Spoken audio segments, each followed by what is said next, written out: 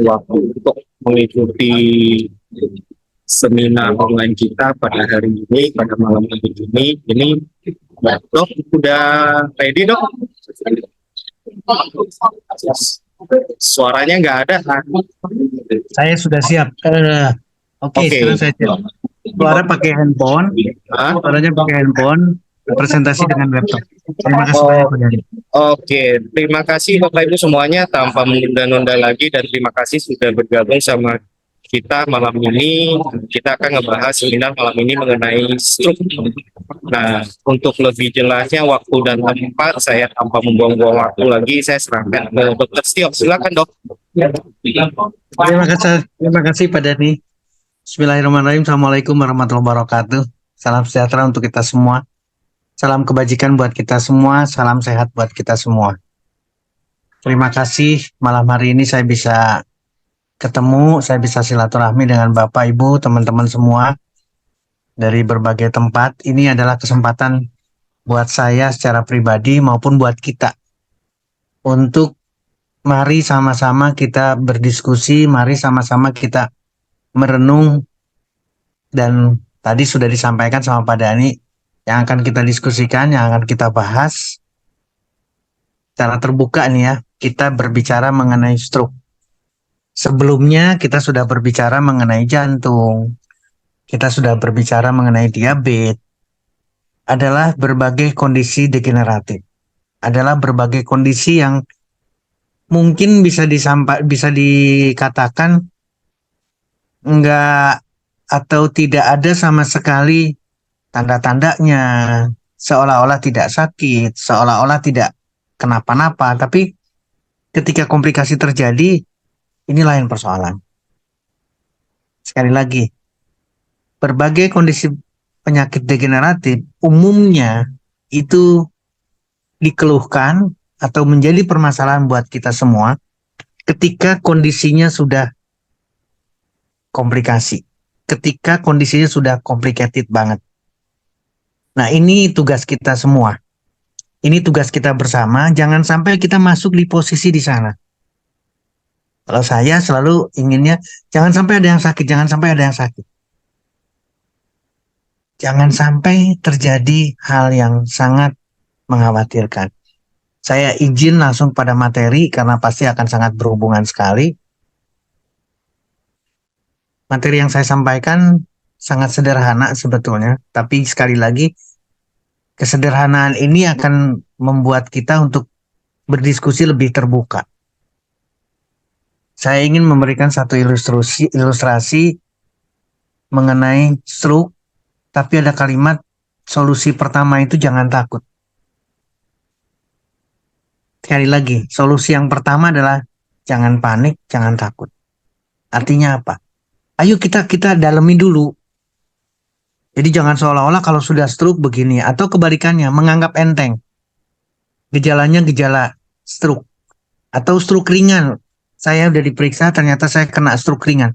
Enggak, sama sekali tidak. Gejala stroke ringan sama kondisinya adalah parah, kondisinya adalah serius. Makanya kalimat saya kemudian adalah jangan takut. Kenapa saya menyampaikan jangan takut?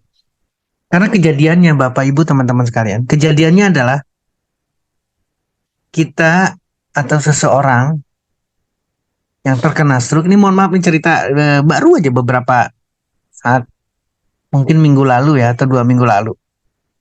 Seorang bapak dengan putranya, sekali lagi ya, seorang bapak dengan putranya, itu sedang membersihkan toren airnya, berarti di atas, di genteng, di atap.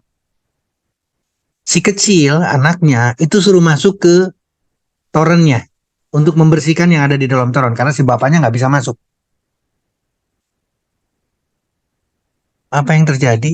Si kecil ini bingung, kok nggak ada suara di luar, kok nggak dimanggil-manggil, kok nggak nyuruh-nyuruh, lama banget. Bisa dibayangkan sekali lagi. Ini adalah satu kondisi di mana ternyata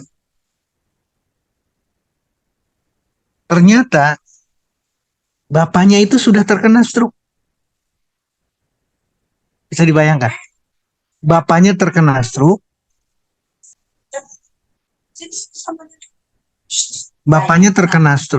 dan anaknya tidak tahu. Anaknya sama sekali tidak tahu sampai akhirnya anaknya itu keluar dari torennya dan melihat papanya sudah tergeletak di bawah, bukan di genteng lagi, di bawah terjatuh. Itu adalah kondisi stroke. Kondisi stroke yang luar biasa. Jadi stroke benar-benar sesuatu yang tidak akan diduga, tidak akan. Atau kejadian lain adalah di kamar mandi, di kamar kecil. Ketika buang air besar, mengedan, kemudian terjadi stroke.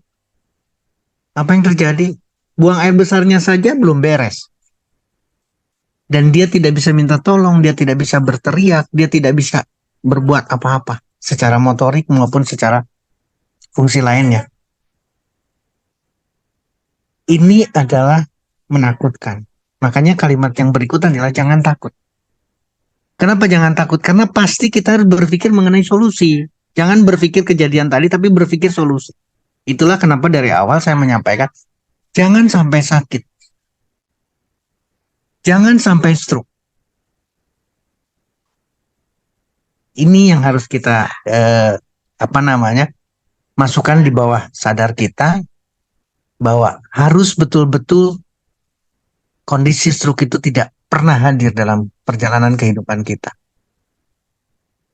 Jangan takut, artinya adalah kita berani untuk melawannya. Karena ada perlawanan, ada solusi yang bisa kita lakukan. Ini adalah siapa saja yang akan mengalami stroke. Ini juga catatan penting buat kita semua. Ternyata tergantung dari tingkah laku kita. Tergantung tingkah laku kita. Di sini orang yang jarang sekali melakukan olahraga.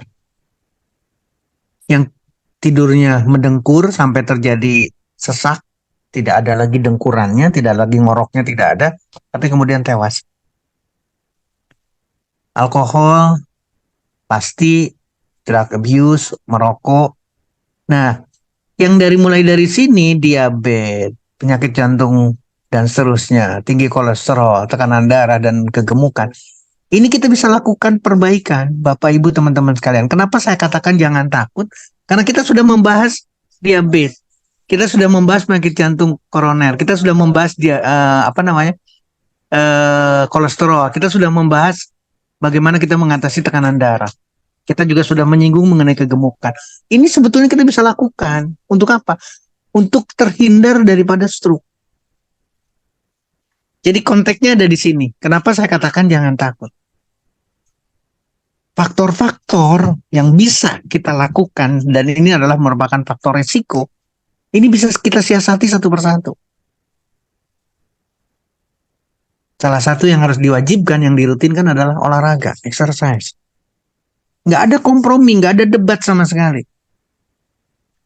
Tadi saya komunikasi dengan Pak Dhani mohon maaf kalau saya terlambat, karena saya dari Bandung jam 16.30. Tapi ternyata saya masuk ke Bogor dengan travel, dan kondisi seperti sekarang, kita tidak boleh sakit. Harus siap menghadapi tantangan. Nah, kalau sudah terjadi dropping, kalau sudah penyok katakanlah, karena di sininya sudah tidak simetris lagi. Kemudian ketika diminta mengangkat tangan, mengangkat kakinya, coba angkat tangannya, coba angkat kakinya. Ternyata ada lemah, tidak bisa ngangkat. Ketika ditanya, ketika suruh berbicara juga ada kesulitan, pelok dan lain sebagainya. Ini udah stroke. 3 ini aja. 3 ini ketemu dari seseorang tergeletak katakanlah, kemudian coba siapa namanya, di mana ini, jam berapa, dan seterusnya. Nggak bisa jawab, terus ininya kelihatan banget dari mukanya sudah tidak simetris, lumpuh atau ada kelemahan, itu sudah stroke. Maka segera harus minta bantuan. Ini dari American Stroke Association. Jadi Bapak Ibu teman-teman, kalau sudah kejadian seperti ini sudah complicated. Ini bukan urusan kita lagi. Ini bukan urusan kita lagi. Ini betul-betul harus kita siasati bahwa kita tidak main di sana. Mudah-mudahan 23 peserta yang hadir malam hari ini bisa menjadi catatan penting. Nah, ini harus dipikirkan lagi. Bapak, Ibu, teman-teman sekalian. Setiap 40 detik orang terkena stroke. Bayangkan. Setiap 40 detik. Sekali lagi ya, setiap 40 detik orang ada yang terkena stroke. Dan setiap 4 menit, sekali lagi, setiap 4 menit orang meninggal karena stroke. Ini satu catatan Bapak, Ibu, teman-teman sekalian, betapa konsekuensi stroke itu serius. Dan tidak pernah berkurang. Sekali lagi, tidak pernah berkurang.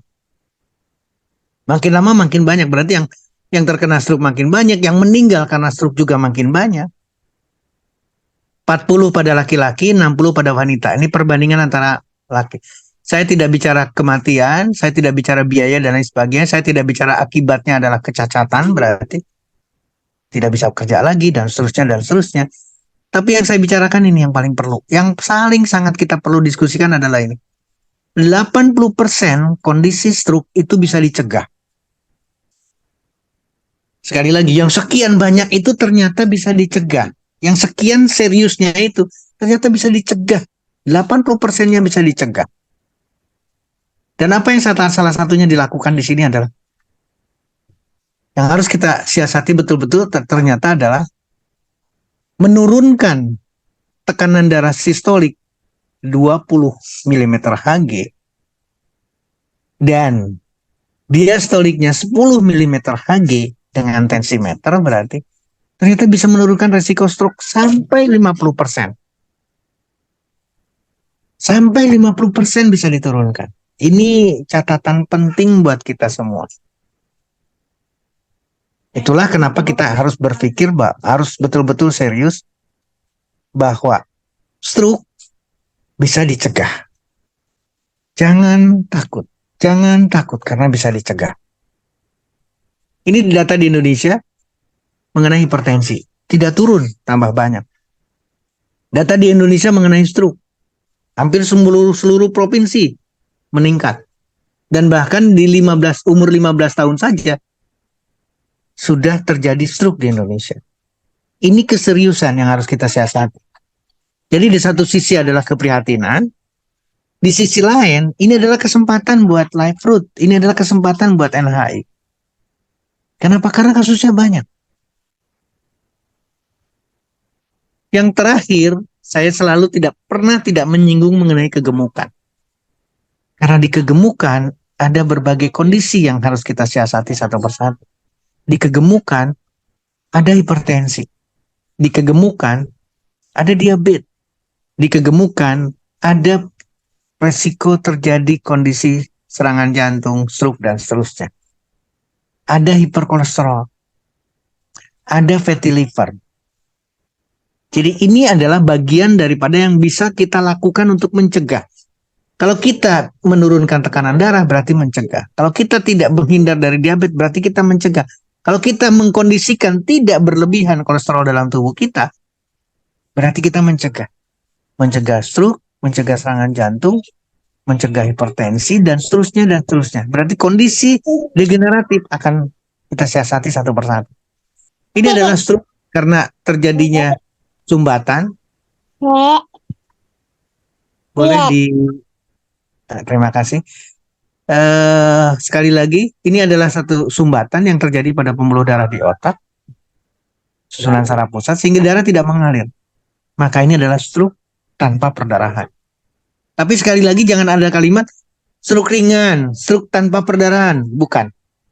Karena konsekuensinya sama. Stroke itu konsekuensinya sama. Sangat serius.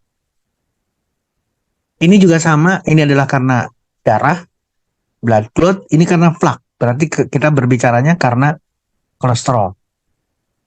Sekali lagi, karena kolesterol. Karena lemak. Nah, cerita yang kedua adalah cerita dengan stroke dengan perdarahan. Perdarahan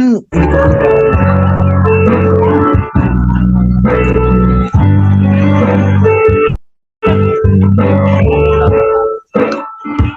dibantu terima kasih. Ini adalah kondisi pembuluh darah yang normal. Sekali lagi ini adalah normal. Dan kita melihat di sini seperti ada balon. Jadi berarti membalon. Inilah yang dikatakan sebagai aneurisma. Aneurism. Ketika aneurisma ini makin lama makin besar, maka resiko pecah terjadi. Itulah stroke dengan perdarahan. Kenapa sampai terjadi pecah? Berarti berhubungan dengan tekanan darah. Balon yang sedemikian tipis, balon yang tipis itu pasti otomatis akan mudah pecah dengan tekanan yang berubah tiba-tiba. Itu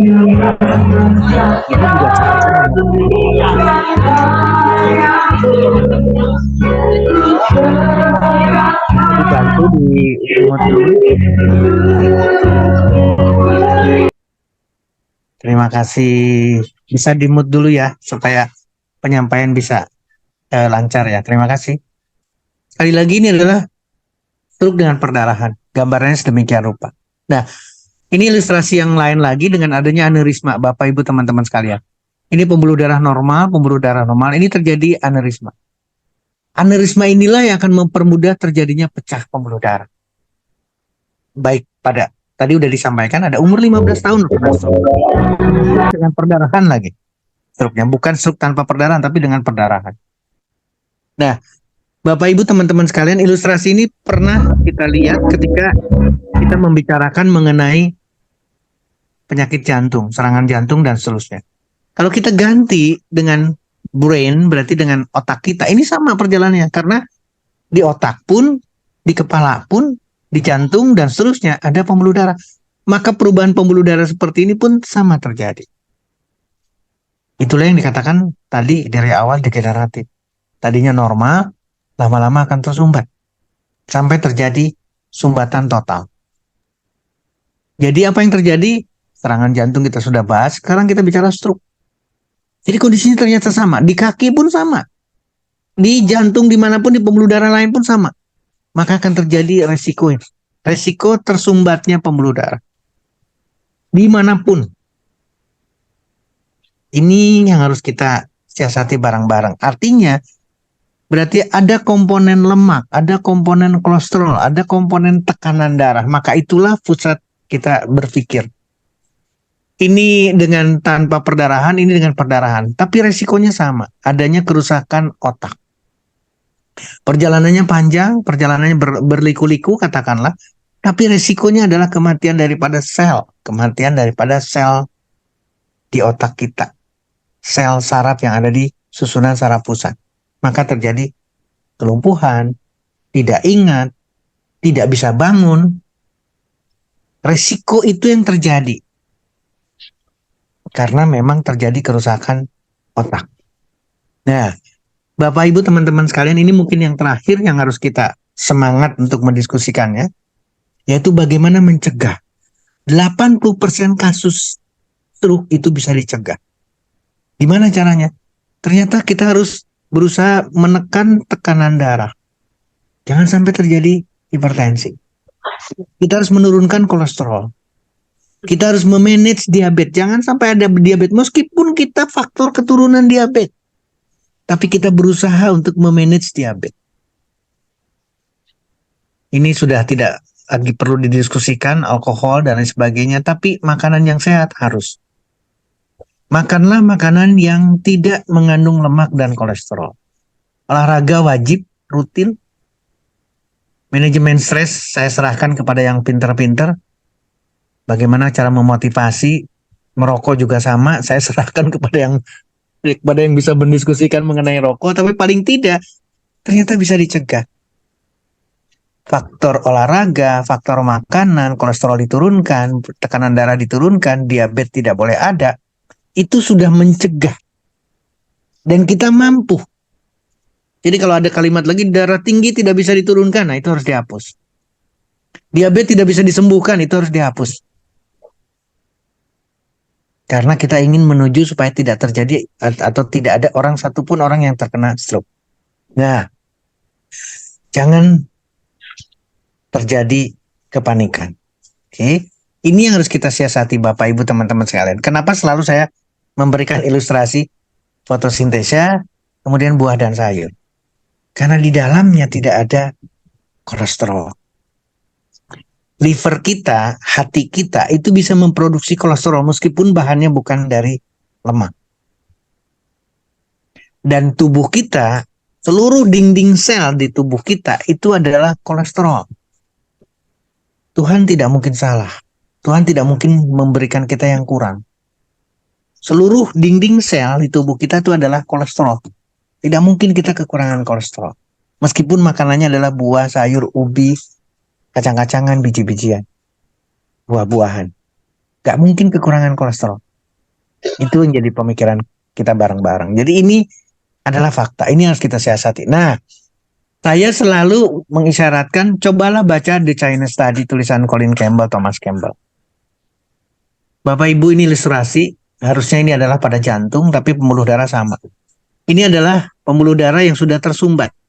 Sekali lagi tersumbat karena lemak dan kolesterol. Ketika makanannya berubah, ketika dia mau berubah, makanannya berubah, olahraga, dan seterusnya, maka pembuluh darah ini, mohon maaf saya geser dulu sebentar. Pembuluh darah ini lancar kembali. Tidak ada sumbatan sama sekali. Pembuluh darah yang sama. Ini harus jadi renungan buat kita. Mohon maaf, kalau di jantung mungkin di sini sudah pasang ring. Tapi ternyata di sini tidak perlu pasang ring dan dia lancar kembali. Dengan mengalami satu perubahan.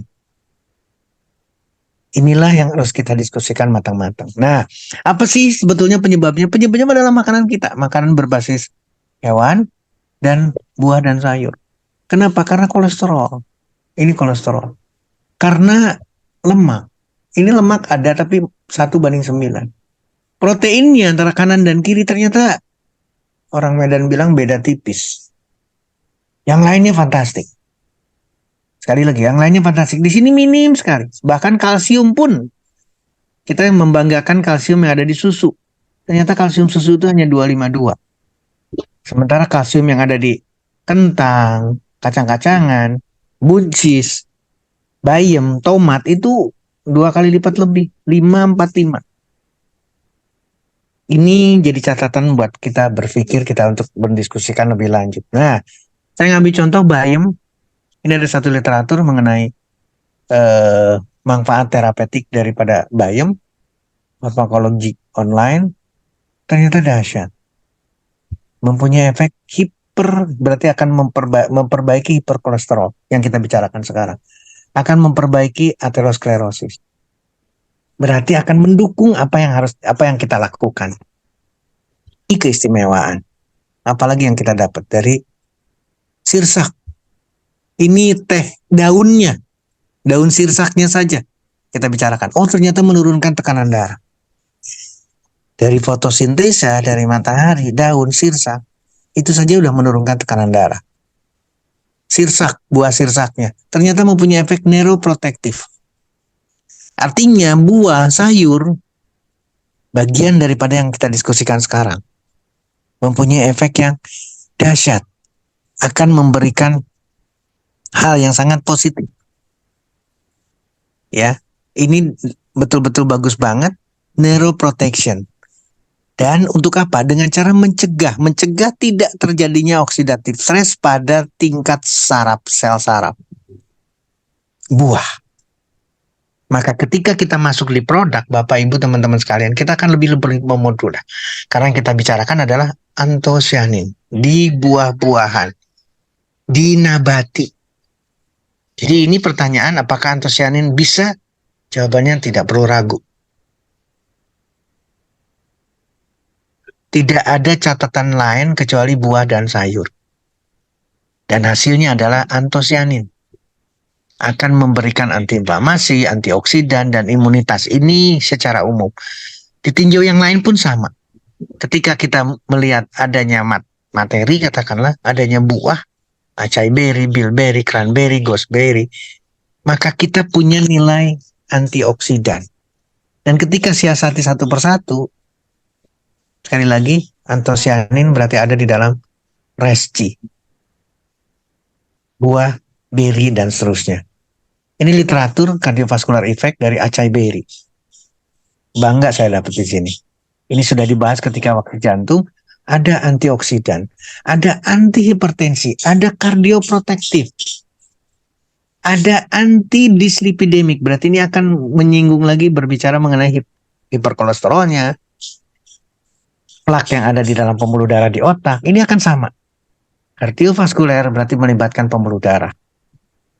Saya dapat lagi ACBR yang lain, neuroprotektif lagi. Memberikan suatu perlawanan terhadap gangguan yang akan terjadi pada persarapan. Ini adalah akumulasi adanya penumpukan daripada L-glutamin. Ini jelek. Dari kesimpulannya mempunyai kandungan nutraceutical antioksidan yang sangat menguntungkan untuk bisa mencegah terjadinya gangguan pada persarafan. Neuroprotection. Demikian juga dengan bilberry. Ini disampaikan yang di kesempatan yang lalu, Bapak Ibu teman-teman sekalian, antosianin powerful antioksidan. Untuk mencegah, sekali lagi, untuk mencegah metabolic disease. Metabolic disease berarti salah satunya adalah stroke. Selain pada jantung, serangan jantung, gagal jantung, dan seterusnya. Kemudian, saya dapat lagi cranberry. Bagaimana kalau disuplementasi setiap hari, setiap saat, untuk kardiovaskuler, resikonya. Hal yang sama, ya. Nah ini yang menarik. Ini sederhana banget. Efeknya tidak signifikan pada sistolik, tapi lumayan istimewa pada tekanan darah 24 jamnya. Dan rata-rata kondisi stroke itu justru tekanannya tidak terlalu tinggi karena dalam kondisi istirahat, tapi kemudian terjadi stroke. Artinya, maka tidak boleh terjadi hal yang mendadak akan menyebabkan perubahan. Balik lagi Bapak Ibu teman-teman sekalian, bagaimana dengan antosianin? Antosianin terhadap diabetes. Ini jelas ketika kita membahas mengenai diabetes. Ketika bisa mencegah diabetes, berarti kita mencegah stroke. Setiap hari tidak saja hanya sekedar memperbaiki nutrisi metabolisme, tapi juga bisa mencegah diabetes. Berarti bisa mencegah stroke. Antosianin terhadap efek pengobatannya, maka ini kaya untuk hal-hal yang berhubungan dengan stroke. Jadi antosianin adalah diet yang terbaik yang berhubungan dengan stroke. Ini juga catatan penting buat kita semua.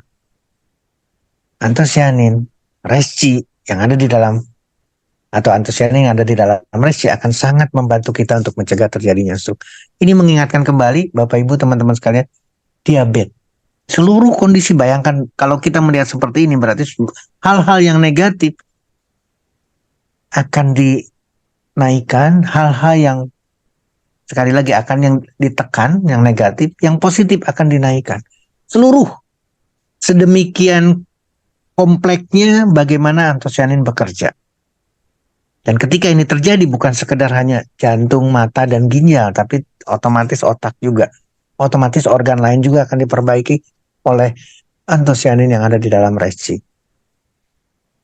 Ini kondisi kardiovaskuler, ini sama pada laki-laki. Antosianin lagi sebagai anti diabetes disampaikan lagi preventifnya. Kesimpulannya bagus sekali, istimewa. Akan memberikan satu kesempatan bisa memanage diabetes dengan baik dibandingkan dengan obat sintetik. Antioksidan lagi pada aterosklerosis, ini langsung free radical biology and medicine, langsung pada aterosklerosisnya, berarti langsung menuju ke pembuluh darah yang mengakibatkan terjadinya sumbatan pada stroke. Ini mengingatkan lagi Bapak Ibu cardiovascular disease. Meskipun salah satu biang keladinya yang selalu kita ributkan adalah diabetesnya. Antosianin kompleks sekali, menyelesaikan banyak jalur, banyak titik yang bisa dilakukan oleh antosianin. Antosianin kegemukan. Antosianin diabetes. Antosianin terhadap kadar gula darah, antosianin terhadap perbaikan pada pencernaan kita. Ini nggak bisa dihindari lagi. Berarti kita akan mendapatkan manfaat yang istimewa ketika resci dalam keseharian kita. Ini yang terbaru yang saya dapat lagi, Bapak Ibu teman-teman sekalian. Jadi kalau kita tadi ini betul-betul melengkapi bagaimana antosianin berperan. Kita lagi bicara stroke di sini, tapi ternyata seluruh organ lainnya diperbaiki. Mudah-mudahan jadi pemikiran yang istimewa. Saya ulangi lagi, antosianin ketika kita berbicara neuroinflamasi, ketika kita bicara peradangan hanya pada saraf, tapi ternyata manfaatnya didapatkan pada organ lain. Persendian diperbaiki, pankreas diperbaiki, liver, sel lemak, ginjal, jantung, usus, atau pencernaan, semuanya diperbaiki. The role dari makanan atau antosianin yang dikonsumsi setiap saat, setiap hari, akan memperbaiki lapisan paling dalam dari pembuluh darah. Dan ini mencegah terjadinya stroke, mencegah terjadinya serangan jantung dan seterusnya. Ini sangat istimewa Bapak Ibu teman-teman sekalian. Kalimatnya bagus sekali. Di penelitian pada binatang percobaan, dan ini adalah satu percobaan yang sangat istimewa, betul-betul terbukti bahwa antosianin mempunyai efek protektif terhadap pembuluh darah. Dan ini berhubungan sekali dengan disfungsi lapisan paling dalam, yaitu lapisan endotelnya. Bapak Ibu teman-teman sekalian, sekali lagi, ketika kita bicara antosianin, bukan cuma menurunkan tekanan darah. Barusan disampaikan memperbaiki fungsi endotelnya.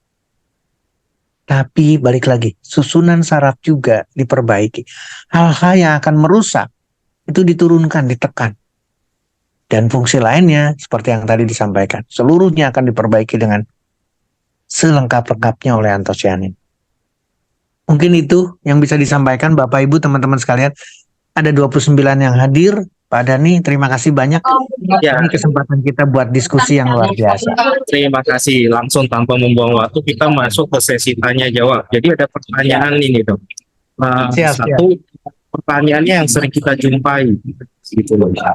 Nah, apakah stroke ini bisa sembuh total? Satu itu. Kedua juga ada pertanyaan dari Ibu Nasla ya.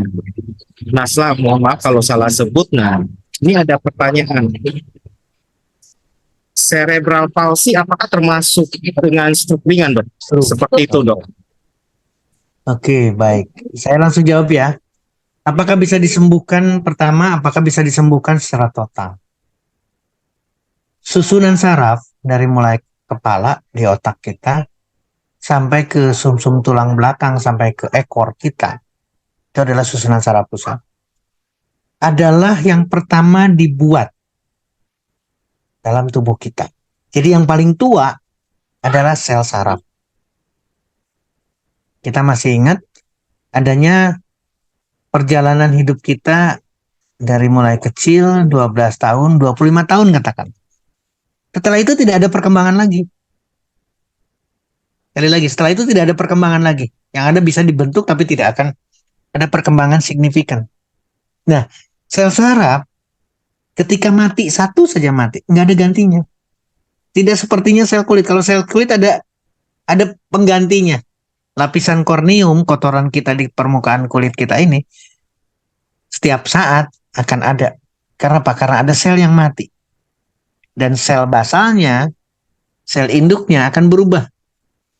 Menggantikan lapis demi lapis sampai terjadi kematian lagi dari kulit kita. Sel saraf tidak bisa. Ketika ada kematian, maka tidak akan ada penggantinya. Itulah sel saraf. Jadi artinya apa? Kalau kita balik lagi ke pertanyaan tadi, apakah bisa sembuh total? Tidak mungkin secara tingkat sel. Sekali lagi, secara tingkat sel. Tapi Bapak Ibu teman-teman sekalian, seperti di awal saya sampaikan, jangan takut. Jadi jangan fokus pada kejadian yang sudah terjadi. Tuhan telah memberikan kejadian stroke pada seseorang. Tugas kita, tugas yang bersangkutan adalah memanfaatkan sisa-sisa sel untuk mengkompensasi. Jadi yang bersangkutan masih tetap bisa produktif. Yang bersangkutan masih tetap bisa melakukan aktivitas, tapi pasti lebih terbatas. Walaupun bagaimana tetap lebih terbatas.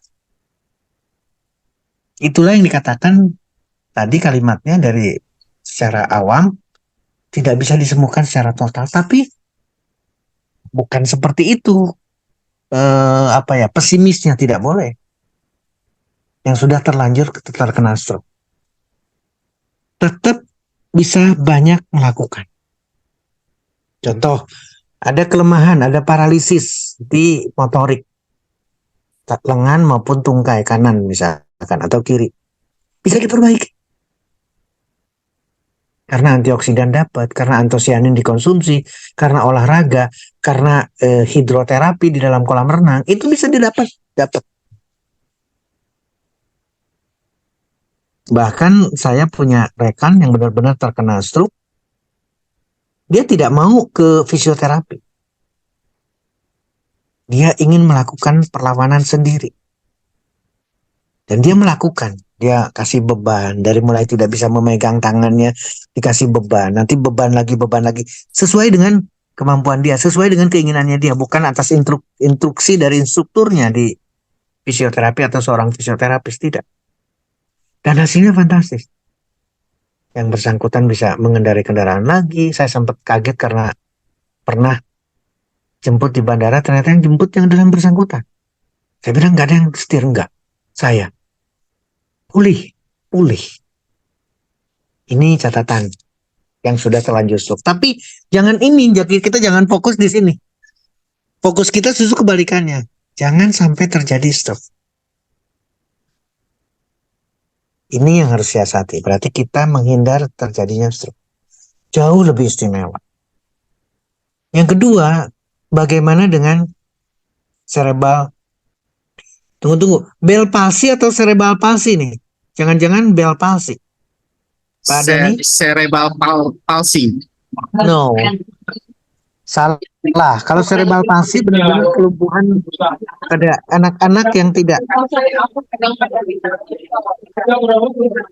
Pertanyaannya mungkin bisa dilihat juga dok, cerebral palsy apakah termasuk dengan stroke ringan?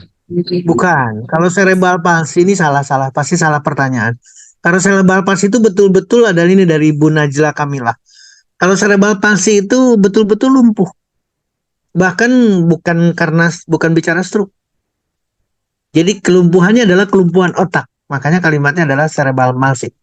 Yang bersangkutan sedemikian rupa, kaku, tidak bisa bergerak, tidak bisa bicara, luar biasa. Cerebral palsy masuk dalam kategori yang sangat luar biasa. Tapi tidak dalam bentuk serangan. Tidak seperti serangan jantung, serangan stroke tidak. Umumnya perjalanannya panjang, misalkan dari demam dulu atau apa dan lain sebagainya sampai terjadi kelumpuhan otak. Beda. Tapi kalau Bell palsy itu hanya saraf kranial, berarti saraf perifer, terutama adalah saraf nomor 7, muka kita katakanlah 3, 6, 5, 7 katakanlah, tapi yang terutama 7. Ini sampai miring. Itu adalah Bell palsy. Bell palsy beda dengan stroke. Kalau stroke yang terkena adalah betul-betul susunan saraf pusat otak. Tapi kalau Bell palsy yang terkena adalah saraf perifer, bukan saraf pusat.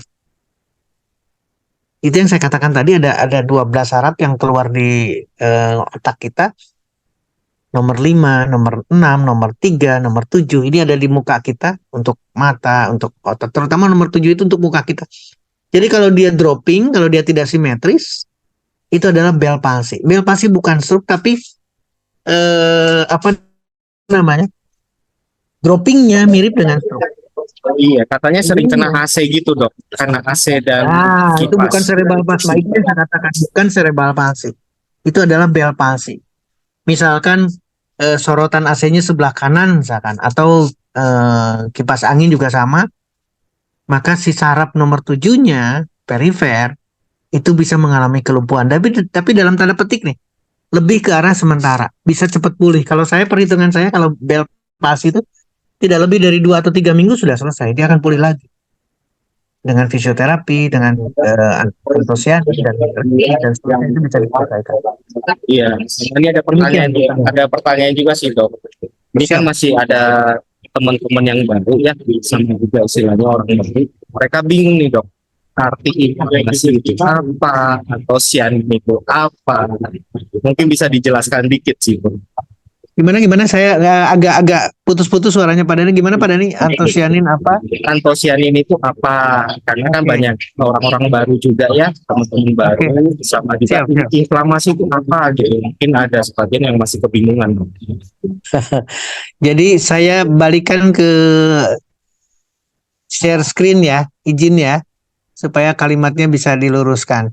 Nah, Silakan, saya ingin silakan. ke share screen lagi, saya izin. Nah, ini yang harus kita sama-sama seragamkan. Kenapa dari tadi bicara antosianin, antosianin, antosianin? Antosianin itu berasal dari berbagai buah, sayur, dan seterusnya, nabati. Ya. Dan ketika, ini yang katakanlah, ini adalah buah, gambaran jelas-jelas buah banget. Ini berry, berry, berry, berry. Di dalamnya, sekali lagi, di dalamnya mengandung antosianin. Nah, ini yang lebih mudah. Buah, sayur, dan lain sebagainya, berry, dan seterusnya, maka ternyata mengandung berbagai kandungan. Bapak, Ibu, teman-teman sekalian, ini adalah ada siandinnya. Ini nama karena memang molekulnya berbeda antara satu dengan yang lain. Tapi ketika disatukan, dikumpulkan, maka lebih mudah kita mengambil satu nama antosianin. Dan sifatnya adalah antioksidan. Sifatnya adalah anti peradangan. Akan menurunkan inflamasi, akan menurunkan peradangan. Setiap sakit, apalagi degeneratif, hipertensi, diabetes, jantung, sendi yang sakit, itu semuanya peradangan. Maka diperlukan antosianin yang mempunyai efek anti peradangan. Kemudian, mohon maaf saya geser dulu. Demikian juga dengan antioksidan. Ini melawan oxidative stress. Apa itu oxidative stress? Apa itu antioksidan? Antioksidan adalah satu materi, sekali lagi, ini adalah kemampuan dari antosianin untuk menangkap radikal bebas. Apa itu radikal bebas? Radikal bebas adalah radikal yang jomblo. Dia akan mencari pasangan, tapi ketika berpasangan, pasangannya akan dibunuh. Itulah radikal bebas. Jadi sifatnya radikal bebas akan merusak. Merusak sel, merusak jaringan, merusak organ, itu adalah radikal bebas. Maka diperlukan antioksidan.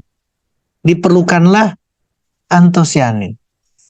Kalau radikal bebas ini terus-terusan, badai katakanlah, tidak terkendali, maka terjadi yang disebut sebagai oxidative stress.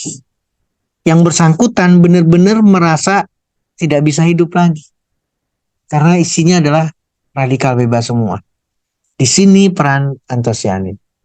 Dan terakhir, antosianin akan memulihkan, akan memberikan akan memelihara sistem pertahanan tubuh. Itulah antosianin. Jadi antosianin, Bapak Ibu untuk menyederhanakan, ambillah buah, ambillah sayur yang Bapak Ibu suka, maka akan mendapatkan antosianin. Ini pertimbangan yang tadi. Jadi kalau boleh kalimatnya saya ulangi lagi, makanlah buah dan sayur yang Bapak Ibu suka. Mohon maaf di sini atau sebentar, saya agak ragu. Oke. Makanlah buah atau sayur yang Bapak Ibu suka, pilihan. Dengan catatan, sekali lagi dengan catatan kalau kita melihat seperti itu. Kalau kita punya antosianin 10 gram, itu sebanding dengan anggur 29 kilo. Makanya saya katakan tadi, pilihlah buah yang disukai. Tapi harus berkilo-kilo. Kalau blackcurrant sampai 5 kilo. Kalau apalagi sekarang, di sebelahnya berry itu sampai 50 kilo. Setara dengan 10 gram antosianin. Dan 10 gram antosianin itu pasti ada di dalam reci. Jadi artinya apa? Akan jauh lebih mudah. Pilihan ada di kita semua. Antosianin akan kita dapatkan dari buah, sayur, nabati, sumber-sumber makanan sehat itu akan mendapatkan antosianin dengan berbagai angka. Tapi dari 29 anggur, 29 kilo anggur, dari 5 kilo, dari 50 kilo stroberi akan mendapatkan 10 gram antosianin. 10 gram ini sudah disediakan di reci. Saya serahkan kepada Bapak Ibu teman-teman sekalian. Nah, Berbicara mengenai antioksidan, berbicara mengenai antosianin,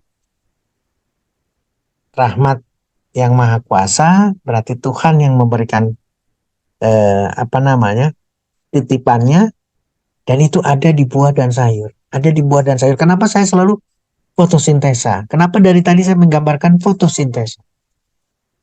Kuasa Tuhan dengan matahari, dengan buah, sayur, tanaman, itu menghasilkan antosian. Mudah-mudahan bisa memberikan satu jawaban. Saya kembalikan kepada Pak Dani, saya kembalikan kepada Bapak Ibu teman-teman sekalian. Silakan. Ya dok, ini ada pertanyaan juga dari Pak Horlas. Ini pertanyaannya sederhana sih. Jadi apa sih yang harus dilakukan ketika serangan stroke itu datang? Itu satu sih dok. Apakah ya kayak kita tahu pada umumnya itu kan mesti pakai jarum ditusuk-tusuk ya dok ya. Ini kan banyak yang di masyarakat umum seperti itu. Bagaimana sih dok? Yang sebenarnya yang baiknya seperti apa? Sebetulnya ini ada satu perbedaan antara serangan jantung dengan serangan stroke. Ini beda banget Bapak Ibu teman-teman sekalian ya. Saya harus mengisyaratkan gini. Kalau kita ngelihat tadi, balik lagi ya. Jadi tidak bicara nanti karena tekanan darah tinggi, kemudian nanti ditusuk daun telinganya, ditusuk jarinya misalkan. Nah, saya balik lagi sekarang Bapak Ibu teman-teman sekalian supaya kita lebih mempermudah buat kita semua sekalian. Ini saya akan balikan lagi ke materi. Ini yang harus disiasati. Nggak perlu susah-susah, nggak perlu jauh-jauh. Bapak Ibu teman-teman sekalian. Ketika kita ngelihat ini, harusnya cuma ini aja. Saya pindah ya. Ini yang harus kita lakukan. Tolong perhatikan, hanya ini yang harus kita lakukan. Tidak perlu cerita ada tusuk, tidak perlu apa-apa. Kecuali lain cerita nantinya. Ini di rumah kita terjadi, kita melihat orang tergeletak katakanlah. Kemudian ketika ngelihat mukanya nih tidak simetris, berarti di sini ada miring. Kemudian masih bisa bicara, katakanlah masih sadar, berarti suruh angkat tangan, suruh angkat kaki. Kalau tidak bisa, berarti mengarah ke stroke. Suruh bicara, tanya namanya siapa. Kalau jawabannya tidak jelas dan lain sebagainya, ngaco dan lain sebagainya, dia sudah terkena stroke. Apa yang tindakan selanjutnya apa dilakukan? Bukan tusuk di sini nanti begini nanti. Bukan, tapi langsung minta pertolongan ke fasilitas kesehatan. Segera. Jadi ada periode yang betul-betul harus disiasati. Kalau golden period ini, waktu ini tidak dimanfaatkan, maka yang bersangkutan tewas. Sekali lagi, apalagi tidak sadar. Maka harus segera. Serangan jantung juga golden period, bahkan lebih pendek. Jadi harus disiasati bareng-bareng. Nah, mengenai di masyarakat setempat, ketika ngelihat ada serangan jantung, ada serangan stroke, katakanlah terutama serangan stroke, nanti ditusuk di sininya biar keluar darah. Secara medis tidak ada, tapi kalau kita siasati secara logikanya, tekanan darah lagi tinggi, kemudian dibolongin pembuluh darahnya, maka darah keluar, maka tekanan akan turun. Dengan kalimat di masyarakat biasa adalah supaya kerusakannya tidak terlalu parah. Setuju ya? Supaya kerusakannya tidak terlalu parah, tapi dia udah stroke, jangan salah. Nanti ujung jari di sini juga sama, ujung jarinya ditusuk juga supaya keluar darahnya. Tapi itu nggak signifikan. Dan saya tidak ingin mengarah ke sana. Bapak Ibu mohon maaf sekali lagi. Saya tidak ingin Bapak Ibu menjadi ahli di dalam menyelesaikan itu, tidak. Bukan itu. Yang harus kita diskusikan adalah kita semua menjadi ahli untuk mencegah. Sekali lagi kalimatnya. Kita harus menjadi ahli dan kita harus menjadi idol, kita harus menjadi contoh. Mencegah. Beda ceritanya. Karena kalau sudah mulai bicara di mencegah, berarti kalimatnya akan lain. Semangatnya juga beda. Mungkin itu Pak Dani, saya serahkan lagi ke teman-teman semua. Terima kasih. Oke dok, makasih. Dan juga ini kan tadi dibahas masalah golden periodnya Period. gitu ya. Nah, Betul. golden periodnya ini kurang lebih berapa lama itu dok? Itu satu. Sangat sangat tergantung kepada kondisi si pasien. Karena satu orang dengan satu orang beda. Yang satu struknya tidak perdarahan, yang satu struknya iskemik akan beda. Klinisnya akan beda. Tapi itu yang saya katakan, jangan menjadi ahli di sana. Setiap ada kejadian apa-apa, segera minta bantuan. Ketika tidak minta bantuan, boleh. Harus yang kita lakukan, itu setuju. Tapi jangan ahli di situ. Sekali lagi, segera. Nggak usah apa-apa lagi, pokoknya telepon ambulan, telepon minta bantuan Pak RT dan lain sebagainya, segera. Jangan bicara, oh nunggu dulu nih masih setengah jam, nanti dulu aja. Nggak bisa. Karena kita tidak tahu kondisi seperti apa. Bahkan Bapak Ibu teman-teman sekalian, mohon maaf sekali lagi, ketika kita bawa pasien, ketika kita bawa kerabat kita nih masuk ke rumah sakit, masuk ke UGD, di sana pun sibuknya luar biasa. Ingat ya, di sana pun sibuknya luar biasa. Jadi golden period itu akan terkikis ICU. Itu pun sudah akan dalam tanda petik akan mempercepat berakhirnya riwayat seseorang dengan kematian. Makanya saya katakan jangan ahli di sana. Ketika bicara setengah jam disampaikan maka aman. Ketika bicara 1 jam aman. Enggak. Satu orang dengan orang beda. Stroke dengan perdarahan apalagi sampai keluar busa dan lain sebagainya.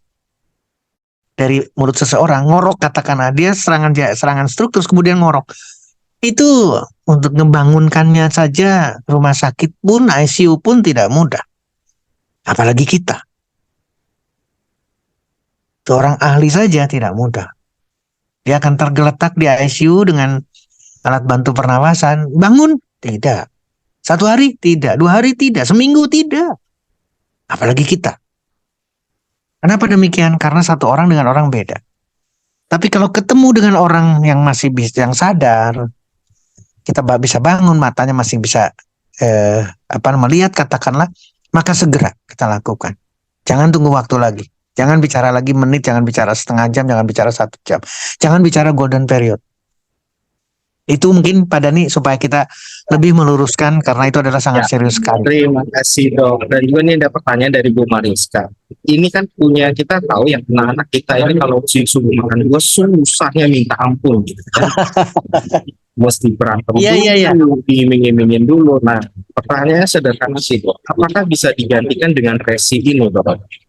Sangat memungkinkan. Jadi sama apa istilahnya fruit blend ya. Buah atau sayuran vegetable blend misalkan di blend dan sebagainya dalam materi apapun judulnya mau serbuk nanti jadi dalam bentuk saset dan lain sebagainya silahkan itu juga adalah buah dan sayur. Tapi yang menarik dari resi kita tidak bicara lagi raw, kita tidak bicara lagi serbuk, kita tidak bicara lagi ekstrak. Yang dibicarakan live fruit itu sudah dalam bentuk antosianin. Jadi buah, beri dan seterusnya itu sudah bioteknologi. Dirubah. Sekali lagi, dirubah sampai terjadilah resi. Dalam bentuk, mohon maaf, saya tidak pernah tidak bawa. Saya selalu bawa dengan resi. Jadi sudah dalam bentuk spray. Sudah dalam bentuk spray dalam pengertian adalah ini akan sangat mudah aplikasinya. Ke anak kita 1-2 semprotan, terserah. Karena ini adalah buah dan sayur. Ini adalah antosianin. Pertanyaan dari Bu Mariska, untuk anak-anak yang anti makan buah dan sayur. Silakan. Tapi ingat ya, yang didapatkannya adalah antosianinnya. Tolong simak baik-baik. Yang didapatkannya adalah antosianinnya. Apakah resi bisa menjadi solusi? Ketika kita bicara buah, sayur, ketika kita bicara serat, ketika kita bicara, kita ingin mengajarkan anak kita untuk saluran pencernaannya baik, mengolah, mekaniknya baik, maka itu diperlukan serat, diperlukan real, stroberinya, apelnya, plumnya, apapun buah yang disukai anak-anak itu tetap kita harus ajarkan. Ini jadi solusi, Tapi untuk anak-anak yang masih punya kesempatan, kita harus mengajarkan makan sayur, makan buah, itu lain persoalan. Ini jadi solusi kenapa? Karena asalnya adalah sama. Bioteknologi merubah menjadi cairan dalam bentuk spray yang mudah sekali diaplikasikan untuk kepentingan semua. Demikian mungkin untuk jawaban Ibu Mariska. Terima kasih Pak Dan. Terima kasih dok. Sama ini ada pertanyaan yang di luar stroke nih. Sebenarnya itu ciri-ciri diabetes itu apa sih dok dari Pak Mola sendiri? Ada pertanyaan Oke. seperti itu. Baik. Kalau kita siasati lagi, kita buka lagi penjelasan kemarin diabetes, paling tidak 3 terutama. Yaitu lapar terus, berarti mintanya makan terus. Yaitu haus terus, berarti dia minta minum, minta makan, minta minum. Dan pipisnya, buang air kecilnya, itu juga sering. Artinya 3 komponen ini, sering makan, sering minum, sering pipis, adalah diabetes. Nantinya tambahannya banyak. Luka yang tidak sembuh-sembuh, gatal yang tidak sembuh-sembuh, sering gatal, kemudian berat badan yang berubah dan lain sebagainya, itu banyak. Tapi paling tiga itu siasati. Bapak, Ibu, teman-teman sekalian, jangan dari gejala saja. Ini yang saya kadang-kadang bicara. Oh, enggak ada, saya biasa aja. Biasa tuh kenapa? Karena kita biasa. Jadi yang tadinya makan cuma 2 kali, 3 kali, 4 kali, 5 kali, biasa saya. Seolah-olah tidak ada apa. Padahal itu sudah diabetes. Artinya apa? Atau maksudnya apa? Jangan merasa tidak sakit. Sekali lagi, jangan merasa tidak diabetes. Nah, ini catatan penting banget. Saya biasa, saya lahap makan. Seolah-olah kalau lahap makan itu adalah sehat gitu. Makan saya enak dok, nggak apa-apa. Ternyata diabetes. Karena ketika makan dia lahapnya luar biasa. Baru selesai makan, selang 1-2 jam lagi dia makan lagi. Artinya jangan hanya dari biasa. Saya tidak ada apa-apa, saya biasa aja. Tolong cek laboratorium. Berarti cross check. Ada pembanding. Jangan sampai nanti tiba-tiba gula darahnya sudah 300, 400, 500. Dan bahkan mohon maaf, udah 300, 400, 500 pun tidak kenapa-napa orang yang bersangkutan. Padahal dia udah diabetes. Artinya tubuhnya belum berteriak keras, belum komplikasi. Padahal komplikasi itu sedang berjalan. Nanti kejadiannya adalah stroke. Baru ribut. Oh, ternyata diabetes ada juga, stroke ada, jantung ada, aterosklerosis ada, bahkan autoimun ada. Jadi sekali lagi, jangan merasa biasa, seolah-olah tidak ada gejala, sering makan, sering minum, sering pipis, bahkan malam-malam itu sangat terganggu. Bentar-bentar kamar kecil, bentar-bentar ke kamar kecil, itu diabetes. Cek, cross check dengan laboratorium. Demikian Pak Dani, terima kasih banyak.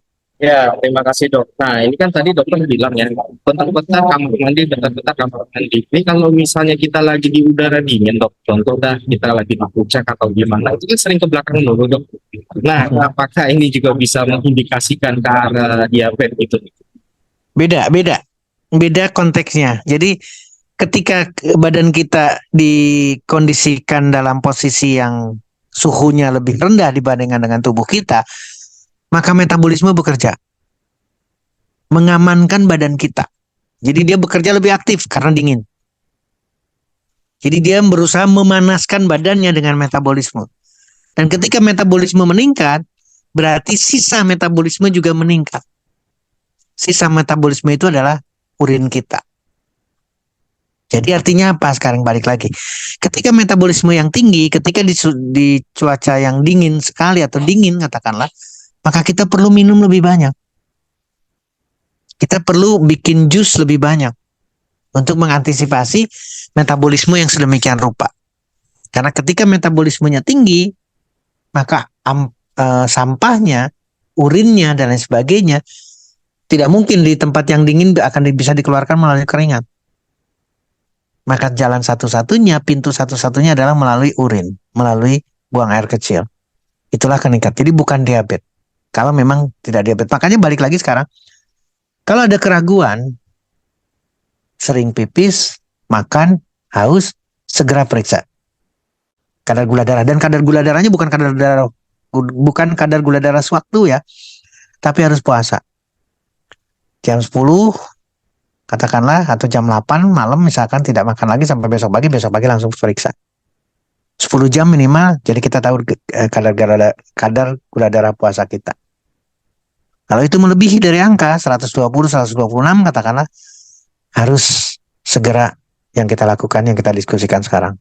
Demikian Pak Dani, terima kasih. Terima kasih dok.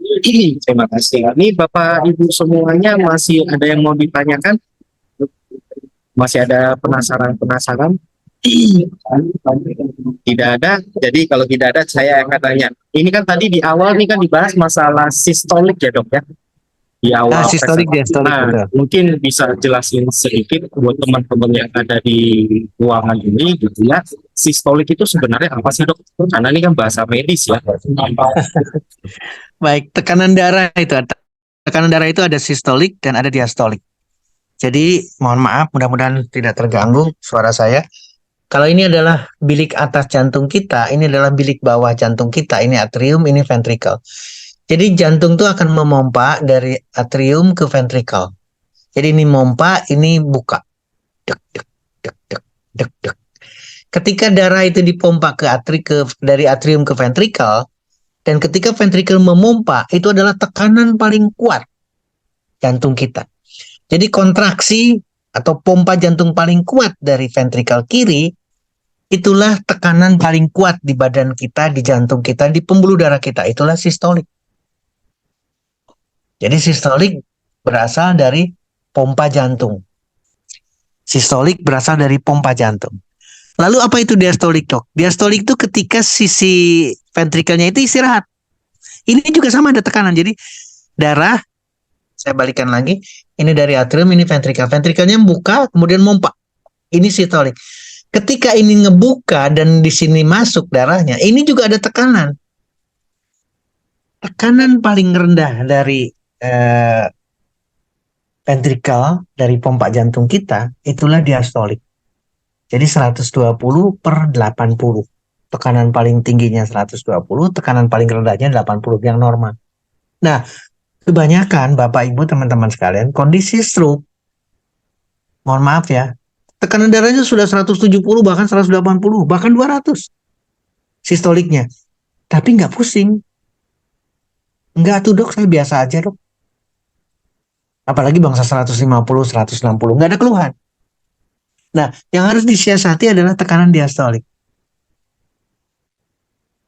Tekanan diastolik kalau lebih dari 80, lebih dari 90, lebih dari 100, itu risiko untuk terjadinya pecah pembuluh darah jauh lebih serius. Jadi sekali lagi, tekanan sistolik adalah tekanan paling kuat dari pompa jantung kita, dari ventrikel kiri sampai ke pembuluh darah. Tekanan diastolik adalah tekanan istirahatnya pompa jantung kita, ventrikel kiri kita, tapi tetap mempunyai nilai tekanan. Demikian Pak Dani. Ya, terima kasih. Terima kasih dok, udah sampai waktunya tadi walaupun buru-buru dari Bandung langsung kita zoominar gitu ya dok ya. Betul. Nah saya juga lagi ada di luar, jadi mohon maaf kalau misalnya saya nggak on cam dan ada sedikit berisik. Jadi kalau misalnya memang tidak ada yang mau ditanyakan, tidak ada pertanyaan lagi, akan kita sudahi gitu ya. Sebentar dok, ini ada pertanyaan tiba-tiba masuk. Oh, pertanyaan, oh iya saya lupa Pak Hendrik. Jadi ada pertanyaan tadi dok. Nah, stroke itu banyakan pada orang masyarakat umumnya itu hanya dari pikiran katanya dok. Itu cuma pikiran aja penyakit stroke, makanya jangan banyak-banyak pikiran gitu ya. Kalau kita banyak pikiran, stroke-nya itu gampang nempel gitu. Itu bagaimana dok dari sisi pandang seorang dokter? Antara psikis, antara kejiwaan dengan fisik, dengan organ itu nggak bisa lepas. Sudah merupakan bagian, sudah utuh. Jadi ketika seseorang, tadi udah ada sebetulnya di slide udah ada. How to manage stress. Itu sudah masuk. Tapi jangan dijadikan faktor utama atau satu-satunya faktor, itu salah. Jadi kalau orang yang bersangkutan itu bisa memanage stresnya, tapi yang lainnya jelek, resiko stroke tetap ada. Ya, kebalikannya sekarang, orang yang lainnya juga jelek, katakanlah, udah gitu dia tidak bisa kontrol stresnya, bagaimana melawan situasi, bagaimana stresor dari luar dia tidak bisa, eh, responnya selalu temperamental, itu resiko stroke jauh lebih tinggi lagi. Jadi sekali lagi, psikis tidak bisa lepas, tapi psikis bukan satu-satunya. Pasti ada kolaborasi, pasti ada faktor lain, resiko lain yang akan bergandengan, yang akan bersama, sehingga akan menimbulkan satu kondisi perburukan pada tubuh kita. Dan itu bukan berlaku hanya stroke. Sekali lagi, stres atau psikis bukan hanya stroke. Contoh Bapak Ibu teman-teman sekalian, ketika orang itu sering dan inginnya atau bencinya tidak bisa berkurang, tidak sabaran, maka jantung akan kena. Orang yang sedih terus-terusan tidak bisa kontrol sedihnya, maka sampai nggak bisa napas sama sekali, paru-parunya akan bermasalah. Orang yang sering depresi, frustasi terus-terusan, liver akan terkena. Ya, itu siklus itu tidak bisa dihindari. Orang yang sering worried, gelisah terus-terusan, maka lambungnya akan terus bermasalah. Jadi sekali lagi, antara psikis dengan organ itu jadi kesatuan. Makanya ada dua yang harus kita, kalau mau dibagi dua-dua, tapi faktor lain pasti akan memberikan arti. Demikian Pak Dani, terima kasih banyak. Terima kasih, ini dari pertanyaan terakhir, karena kita juga nggak bisa terlalu berlama-lama ya, karena dokter ini besok mau ke Kuala Lumpur soalnya, mau persiapan. Nah, ini ada dari Pak Eko, makanan dan minuman apa yang tidak boleh bagi penderita stroke? Kalau tadi disinggung dari makanan, terutama makanan dulu ya. Kalau minuman jelas, alkohol dan sebagainya pasti lebih baik tidak. Soda dan sebagainya tidak. Lebih baik yang fresh. Jus adalah minuman yang terbaik. Kita siasati. Kenapa saya selalu gambarnya adalah buah, sayur, biji, dan lain sebagainya. Makanan bagi penderita stroke yang sangat harus dihindari, apalagi kalau mau baca buku dari The Chinese Study, itu adalah makanan berbasis hewan. Semua. Telur, ikan, daging merah, daging putih, ya apapun judulnya, pokoknya hewan, stop. Karena lemak dan kolesterol. Kalau itu bisa dipuasakan, kalau itu bisa menghindari makanan-makanan itu, maka langkah pertama sudah kita bisa lakukan. Apalagi bisa melakukan mengurangi makan. Kenapa saya katakan mengurangi makan? Supaya cadangan makanan yang sudah terkumpul berpuluh-puluh tahun itu dipakai. Dan itu akan membantu percepatan penyembuhan stroke. Sekali lagi, makanan yang tidak boleh adalah makanan kolesterol, lemak. Itu adalah makanan hewan. Minuman pasti alkohol dan seterusnya. Lebih baik fresh. Akan jauh lebih bagus. Demikian Pak Dani, terima kasih banyak. Terima kasih Bapak Ibu semuanya atas kesempatan hari ini dengan Dr. Setio. Juga terima kasih Dok, terima kasih Bapak Ibu yang sudah meluangkan waktu. Dan juga di bulan depan nantikan kita akan ada podcast khusus akan membahas secara detail produk kita yang namanya Resi dan Valiet. Itu bisa Bapak Ibu nonton di channel YouTube kita, nanti akan kita kabarin. Terima kasih semuanya, salam sehat. Thank you Dok, hati-hati untuk perjalanan besoknya. Terima kasih Bapak Ibu.